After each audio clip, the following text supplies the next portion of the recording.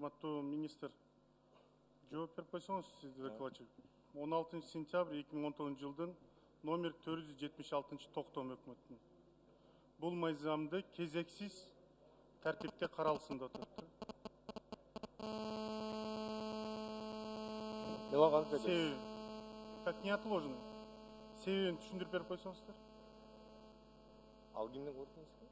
Силердин токтогуң бар ушул мыйзамга. Анткени ал жерде өзүңүздөр билгендей жанагы эки телеканалдын төлөөсү токтоп калды да.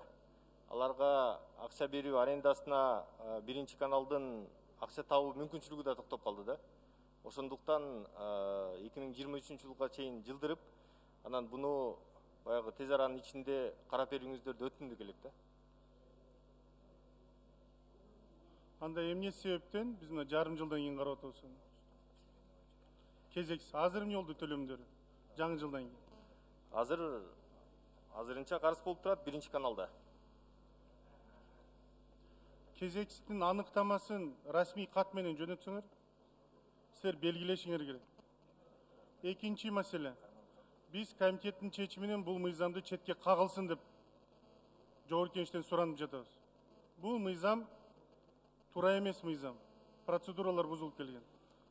Азамат мырза, жооп берип койсоңуз, жеке менчик канча телеканал бар Кыргызстанда? Азыркы учурда бир 60тан ашты. Милан Анатольевич. 60.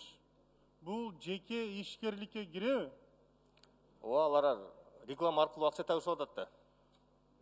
Мындай түшүндүрүп, мындай тагыраак сүйлөсөңүз микрофонго. Жеке ишкерликке киреби бул? Жеке ишкерликке кирет, анткени алар коммерциялык багытта түзүлгөн компаниялар, ошондуктан жеке тарап болуп эсептелинет. Бул жеке менчик ишкерлерге жаңы эрежелерди бул мыйзам менен силер киргизип атсыңар да, туурабы? Жаңы мыйзамда жаңы өзгөртүүлөрдү киргизген эмеспиз. Бул буга чейин иштеп келген мыйзам. Сиз киргизип аткан долбоордо жаңы эреже пайда болуп атат. Жаңы эреже пайда болгон жок. Жок, силер айтып атсыңар да, бул телеканалдарды биз көзөмөлдөйбүз. Мындай тиги передачалар карайбыз, тейлейбиз деген бул жаңы эреже да.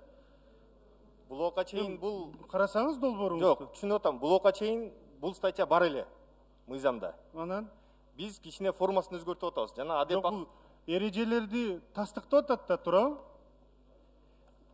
Эрежелерди кандай болуш керек экенин тастыктап атат, Эрежелерди тастыктаган болсо айырбый жүрүш керек да буга. Буга чейин иштеп келген мыйзам да. Урматтуу коллегалар, бу жерде жеке ишкерликке арналган мыйзам долбоору. Бул жерге айырбый жүрүш керек эле. Анан мыйзам долбоор алып келиш керек эле. Жеке менчик телеканалдарга эрежелерди тастыктап, дайындап, атайын ошол жоболорду киргизебиз деп атсыңар. Ошон үчүн бул мыйзам четке кагылыш керек. Экинчиден, жалпы силердин алып бараткан саясатыңар жакшы эмес. Плашкаларды койгондо каражат кетеби жеке менчиктерден? Жана силер сунуш киргизип атсыңар, плашкалар кирсин деп. Мен сизде комитеттерде бул суроолорду айтпадым беле? Маркировка кылышат, ал жерде өздүн. Туурабы? Ооба. То есть каражат кетет, убакыт кетет, атайын коюлат, каражаттар кетеби? Эсеп болду?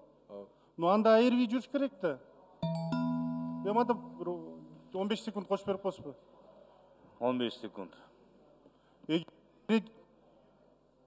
Кошулган. Эгерде эрежелерди тастыктап атсаңар, жеке менчик ишкерлер ал жерге каражатын кетирип, плашканы коюп, жана сиз айтып аткан сценаларды жабуу боюнча монтаждар болот, алдын ала карап чыгат, ага каражат кетет да. Значит, эреже силер коюп атсыңар.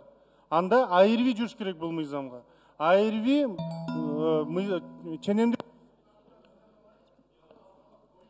Рахмат, урматтуу депутаттар, урматтуу демилгечилер. Бир топ сын пикирлер айтылып атат. Өзүңөр дагы ойлонуп көрүлө, мүмкүн кайрадан иштеп чыгасыңарбы? Балким четке кагышыбыз керек го, бул процедуралар бузулуп келип атат. Кайта комитетке барса, булар айырбый жүргүзө албайт да, кандай дейсиз? Андан көрө коллегаларды чакырайлы да, буну четке кагайлы бул мыйзамды. Бул кайта артка барсын, бардык процедуралар тастыктасын, бизнес коомчулукту чакырсын, айырбыйын өткүзсүн. Бирок бардык эрежелер менен бузулуп келаткан мыйзам долбоору. кезектештин маанисин жана маңызын да түшүндүрө албаган, кагазында да токтомдо да белгиленген эмес. Негиздемеде де белгиленген эмес. Бул жана конституциялык мыйзам өкмөт жөнүндөгү, ал жерде өкмөт тастыктайт деп турат, ал белгиленген жок. Экинчи жанагы ченемдик укуктуклар актылар боюнча мыйзамга ылайык айырбый жүрүш керек эле. Айырбый да камтылбай келаткан мыйзам долбоору. Буну четке кагып туруп кайта артка жөнөтүш керек. Рахмат.